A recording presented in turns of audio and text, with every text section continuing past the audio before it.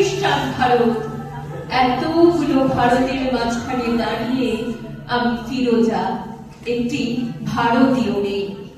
আপনারা বলতে পারেন আমি কি দোষ করেছি? পৃথিবীর যে কোনো দেশের যে কোনো একটি মেয়ের মতো আমিও একজনকে ভালোবেসেছিলাম। প্রথম যেদিন ওর চোখে চোখ পড়লো আমার, আমি জানতাম না ওকে। বিকেল বেলার কলেজ ক্যাম্পাসের যে আলো এসে পড়েছিল চুলে, তার কোথাও লেখা ছিল না ওর ধর্ম। হিন্দু ভারত, জৈন ভারত, বৌদ্ধ ভারত, খ্রিস্টান ভারত। আপনারা বলতে পারেন আমি কি দোষ করেছি? আমি যেদিন হাতে মোমবাতি নিয়ে উঠে দাঁড়ালাম, আমি যেদিন বলে ফেললাম আমি শরীয়ত মানি না, আমি যেদিন বুঝিয়ে দিলাম ভারতবর্ষের মাটিকে মা বলে জানি, ভারতবর্ষের আকাশকে আকাশ, সেদিন থেকেই শুরু হলো অত্যাচার। হিন্দু ভারত, জৈন ভারত, বৌদ্ধ ভারত, খ্রিস্টান ভারত। আপনারা বলতে পারেন আমি কি দোষ করেছি? ছেলেটা তো আপনাদের, সে কি দোষ করলো? আমাকে ভালোবাসাই তার দোষ?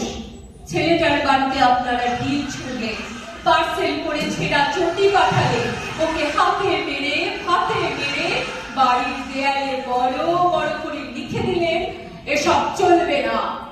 লজ্জা করে না আপনাদের?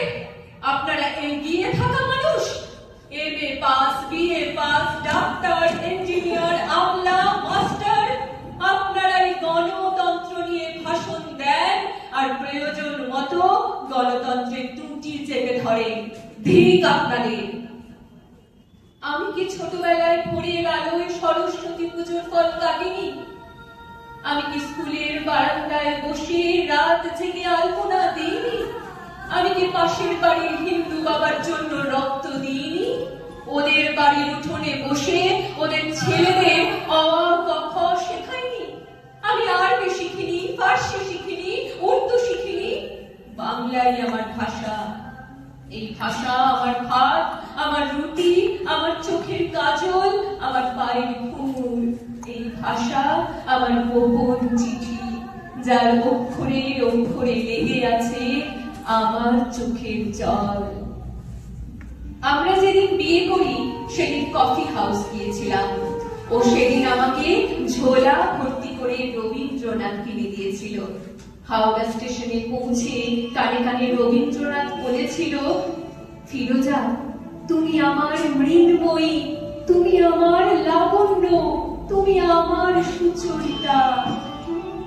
সেদিন রাত্রে কি হয়েছিল জানি না, কি ঘটেছিল ওদের বাড়িতে, কি ঘটেছিল ওদের পাড়ায়, কি করেছিল ওদের বাবা কাকা, সেটা আজও আমি জানি না। কিন্তু তারপর থেকে ওকে আর কোথাও খুঁজে পাওয়া যায়নি। ও কোথায় চলে গেল আমি জানতে পারিনি। এই আপনাদের ভারতবর্ষ, এই আমাদের ভারতবর্ষ।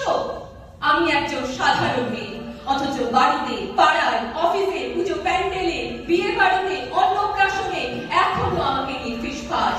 ডাক্তারের কাছে যাই ফিসফাস, কলেজে ঢুকি ফিসফাস, বাজারে যাই ফিসফাস।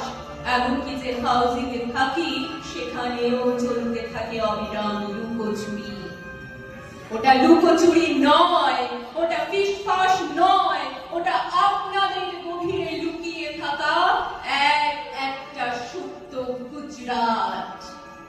যদি আপনাদের হৃদয় বড় না করে, আকাশের দিকে আপনারা যদি না তাকান, এই পোড়া দেশে আরো আরো আরো অনেকগুলো পোড়া গুজরাট তৈরি হবে।